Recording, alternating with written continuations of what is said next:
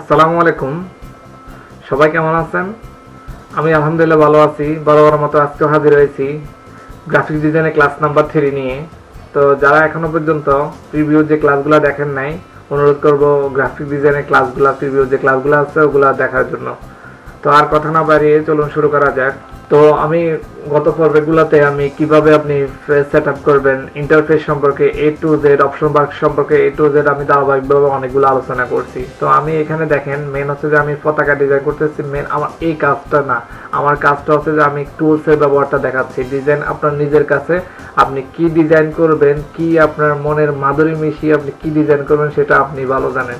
তো টুলসের ব্যবহারগুলো কিভাবে আপনি ব্যবহারগুলো করবেন, কোথায় করবেন, কি কমান্ড ইউজ করবেন সেটা আমি আলোচনা করতেছি, প্লাস হচ্ছে দেখাই দিচ্ছি। ঠিক আছে, তো এরপরে দেখেন আপনি কি করবেন। দেখেন আমি উদাহরণস্বরূপ আমি এখানে একটা প্লাগ ডিজাইন করছি, নর্মাল সিম্পল একটা প্লাগ ডিজাইন করছি। তো এখানে দেখেন আমি আজকে হচ্ছে যে কপি কমান্ড দেখাবো, মুভ কমান্ড দেখাবো, এরপরে zoom in zoom out, undo, redo, তারপর হচ্ছে যে রুলার, ওয়ার্ড, টেক্সট কিভাবে সেভ করবেন এগুলো আমি আজকে আলোচনা করব ক্লাস নাম্বার 3-তে। তো দেখেন এখানে আমি উদাহরণ প্রথম হচ্ছে যে আমি কপি করব। তো কপি করার জন্য দেখেন, আচ্ছা প্রথমে মুভটাই দেখাই। এখানে দেখেন, এই যে দেখেন এখানে টুলস, এই যে হাতের বামে দেখতেছেন এই যে মুভ টুল, এই যে অথবা কিবোর্ডে যদি ভি প্রেস করেন তাও মুভ টুল আপনার সক্রিয় হবে। ঠিক আছে, কিবোর্ডে যদি আপনি এই যে দেখেন আমার উদাহরণস্বরূপ আমি এখানে ক্লিক করে বানালাম, এরপরে এখানে ক্লিক করে রাখলাম, দেন হচ্ছে আমি কিবোর্ডে যদি বি প্রেস করি, কিবোর্ডে বি প্রেস করার সাথে সাথে দেখেন আমার মুভ টুলে চলে আসছে। তো এটা হচ্ছে সেই মুভ টুল। এখান থেকে দেখেন আমি মুভ টুলে ক্লিক করলাম, মুভ টুল আমার টুলসটা আমার আছে। এরপর আমি চাচ্ছি যে একটা অবজেক্টকে মুভ করতে। মুভ মানে কি? সরানো, একটা স্থান থেকে আরেকটা স্থানে স্থানান্তর করার জন্য যে কমান্ডটা ব্যবহার হয় সেটা হচ্ছে যে মুভ টুল। তো ঠিক আছে, তো এখন আমি কাকে সরাবো? আমি কি সবুজটাকে সরাবো নাকি লালটাকে সরাবো?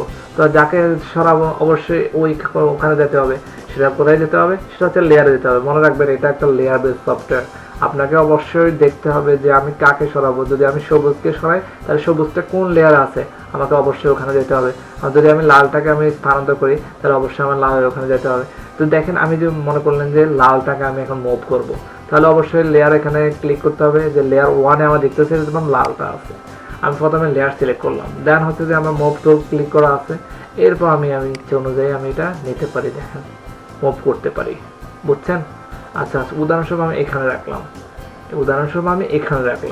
এরপরে দেখেন আমি হচ্ছে যে এখানে রাখার পরে আমি এখন চাচ্ছি যে আমি এটা কপি মানে কি? হুবহু একটা অবজেক্ট থেকে আরেকটা অবজেক্ট বের করা। তো দেখেন এটাকে মনে করলেন যে লালটা থেকে আমি আরেকটা চাচ্ছি যে আরেকটা বের করতে। তো এখান থেকে বের করার জন্য আপনি যেটা করবেন সেটা হচ্ছে যে কিবোর্ডে অল্টার চেপে ধরে এই যে দেখেন অল্টার চেপে ধরছি, এরপরে মাউসের লেফট বাটন ক্লিক করে টান দিয়ে আপনি অনেকগুলা কপি করতে পারেন। দেখেন আপনি ইচ্ছে অনুযায়ী আপনি কপি করতে পারেন। বুঝছেন? এরপরে দেখেন আমি মনে করলেন যে আমার অনেকগুলো আমি কপি করলাম। কপি আরেকটা কমান্ড হচ্ছে যে দেখেন কিবোর্ডে যদি কন্ট্রোল জে দিই, কিবোর্ডে কন্ট্রোল জে প্রেস করে দেখেন আর একটা কপি হচ্ছে। এটার ভিতরে আছে, এই যে দেখেন এটার ভিতরে আছে। বুঝছেন?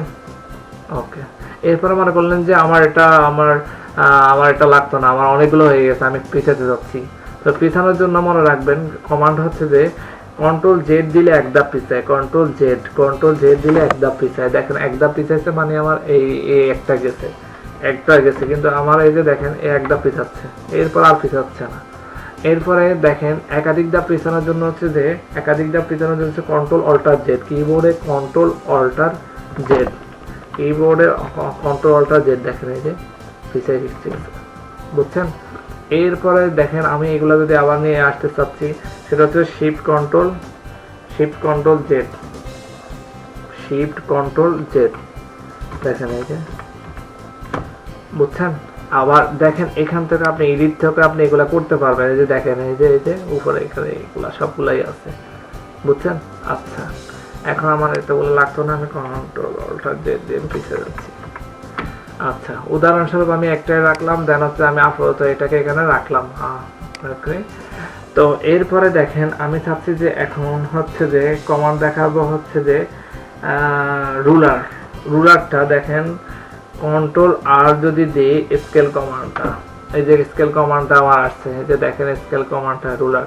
তো রুলার কমান্ডটা আমি আরেকটা ক্লাসে আমি বিস্তারিত ওটা দেখাবো, আলোচনা করব। তো আজকে আমি দেখাচ্ছি না। আবার কন্ট্রোল আর দিলে রুলার কমান্ডটা চলে যাবে বা স্কেল কমান্ডটা চলে যাবে, ঠিক আছে।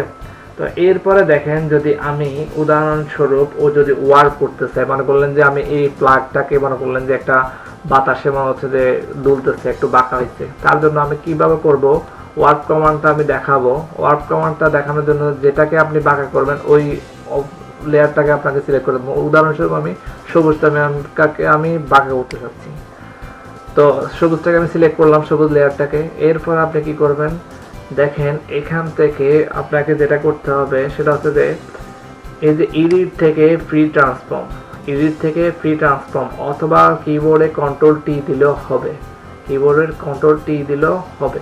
তো দেখেন এখান থেকে প্রথমে আমি কন্ট্রোল টি দিলাম, অথবা আমি এখান থেকে নিতে পারি, কন্ট্রোল টি দিলাম। দেওয়ার পর আমার দেখেন এটা এরকম হয়েছে। এরপরে আপনি কি করবেন, অবজেক্টের উপরে অর্থাৎ আপনার এখানে রাইট বাটন ক্লিক করবেন, দেন হচ্ছে যে ওয়ার্প, এই যে ওয়ার্পে ক্লিক করবেন। এরপরে আপনি মনে করলেন যে আপনার মতো আপনি বাঁকা করতে পারবেন,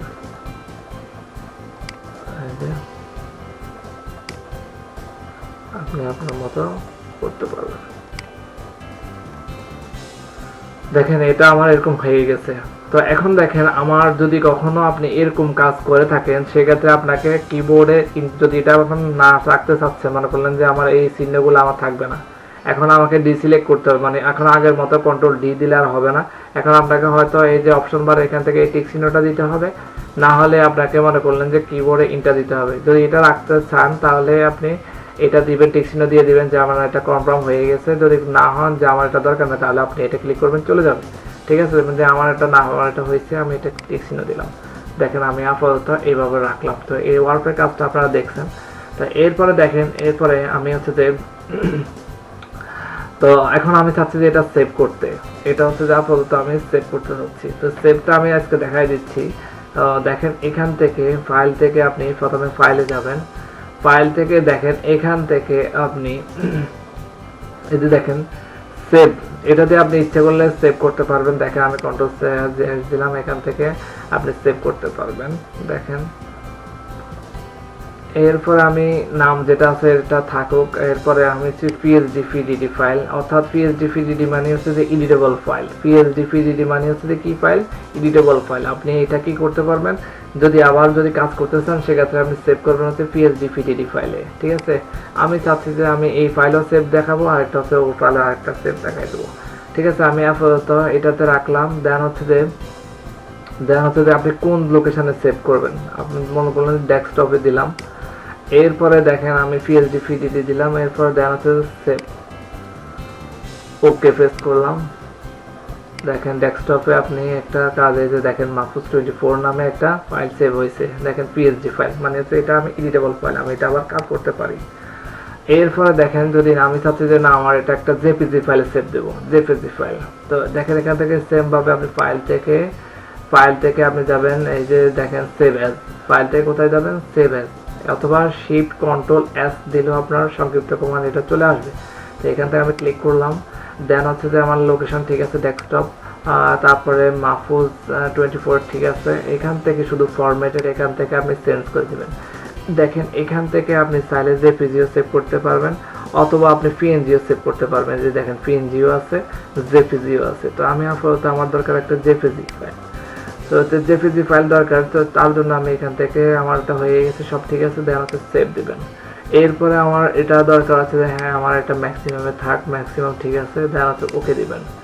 ওকে দেওয়ার সাথে সাথে দেখেন আমার এরকম একটা মাহফুজ 24 নামে জেপিজি একটা ফাইল সেভ হয়ে গেছে। দেখেন আমি যা কাজ করছি সেটা আমার একটা জেপিজি ফাইল। বুঝতে পারছেন সবাই? তো আজ এ পর্যন্ত টিউটোরিয়াল অনেক বড় হয়ে গেছে। তো সবাই ধৈর্য সহকারে টিউটোরিয়ালগুলো দেখবেন। কোথাও বুঝতে সমস্যা হলে অবশ্যই আমাকে জানাবেন, আমি ইনশাআল্লাহ সমাধান করার চেষ্টা করব। তো আজ ভালো থাকবেন, সব ভালো থাকবেন। আল্লাহ হাফেজ, আসসালামু আলাইকুম।